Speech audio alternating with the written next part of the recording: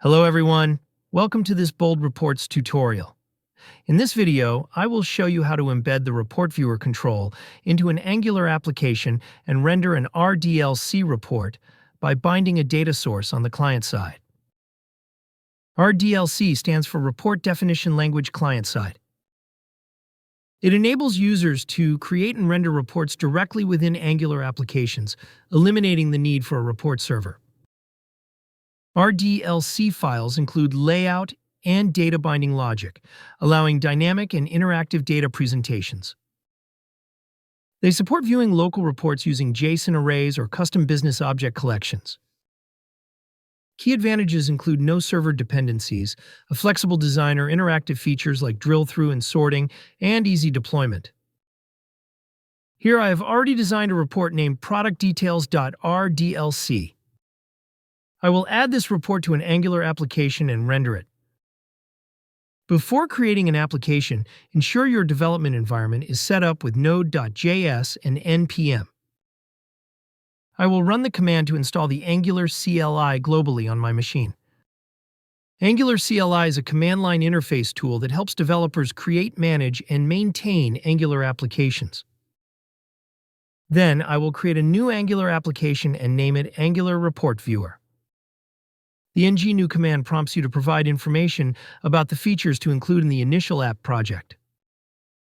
I enter Y to add Angular routing to the project, and press Enter to select the CSS style sheet format. Next, I will configure the Bold Report Viewer component in the Angular CLI application.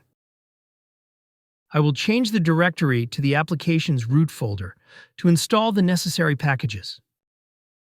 Then, let's install the Bold Reports Angular library in the application by running this command.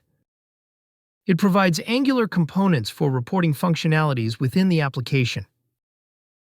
Then, I will run this command to install the Bold Reports Types package. This package provides TypeScript type definitions for the Bold Reports library. I will open the application in Visual Studio Code, which I'm using for editing purposes. So let's open the tsconfig.app.json file and register types in Bold Reports /types under type roots. Additionally, let's add jQuery and reports.all under types. The report viewer requires a window jQuery object to render. I will create a globals.ts file within the src folder and import jQuery. I will also create a window instance to ensure that the jQuery library is globally available in the browser environment. Next, I will initialize the report viewer component in the application by opening the app.module.ts file and importing the globals. I will open the angular.json file, copy the report viewer component styles from the documentation, and add them to the Style section under Angular Report Viewer, which is the name of the application. I am using the Tailwind Light theme, but you can pick whichever theme you want. Now, let's go back to the app.module.ts file and import the Bold Report Viewer module from the Angular reporting components. I will add the Report Viewer scripts and import the Bold Report Viewer module within the ng module class. Now, we will need to invoke the Report Viewer component on the client side to view the report. Open the app.component.html file and add the Bold Report Viewer tag to it by removing the existing code. This is a custom HTML element provided by the Bold Reports library, which is used to render reports within a web application.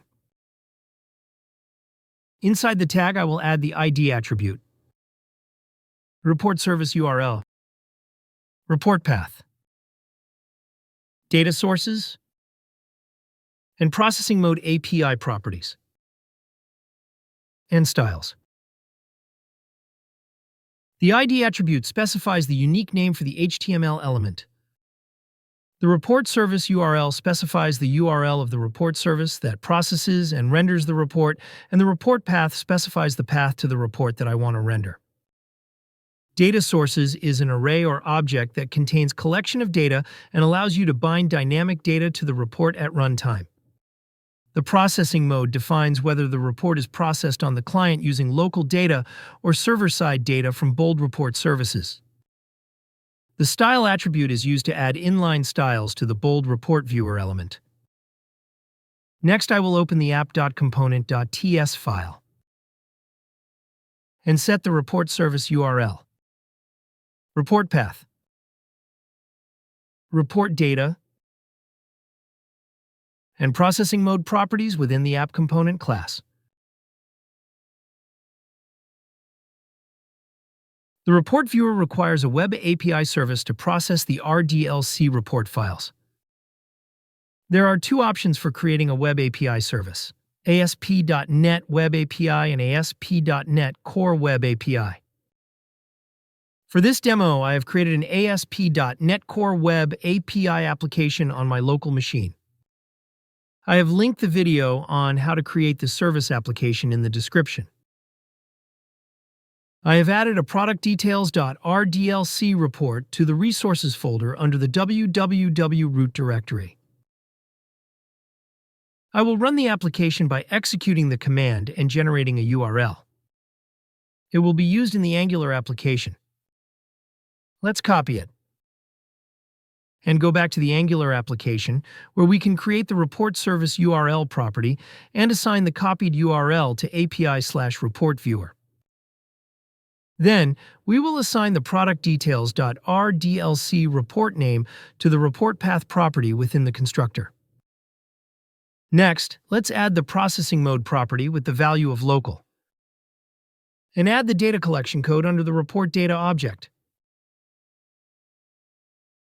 The localhost indicates that the service is running locally on the same machine as the application, while the API/report viewer path specifies the API endpoint for the report viewer service. It defines that the report is processed on the client side using local data.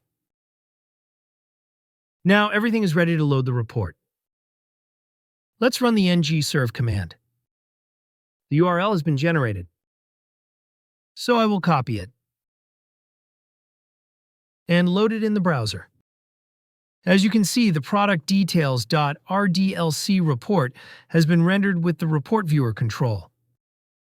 In this video, I've shown you how to embed the report viewer control in an Angular application, how to bind a data source to an RDLC report on the client side, and how to render the report in the application. To learn more about Bold Reports, visit boldreports.com. If you don't have a Bold Report subscription, you can try out the platform using the Try It Free option. If you prefer a demo from an expert, select Request Demo to schedule a call. If you found this video useful, don't forget to click the like button and subscribe to our channel to watch more videos like this. Thanks for watching.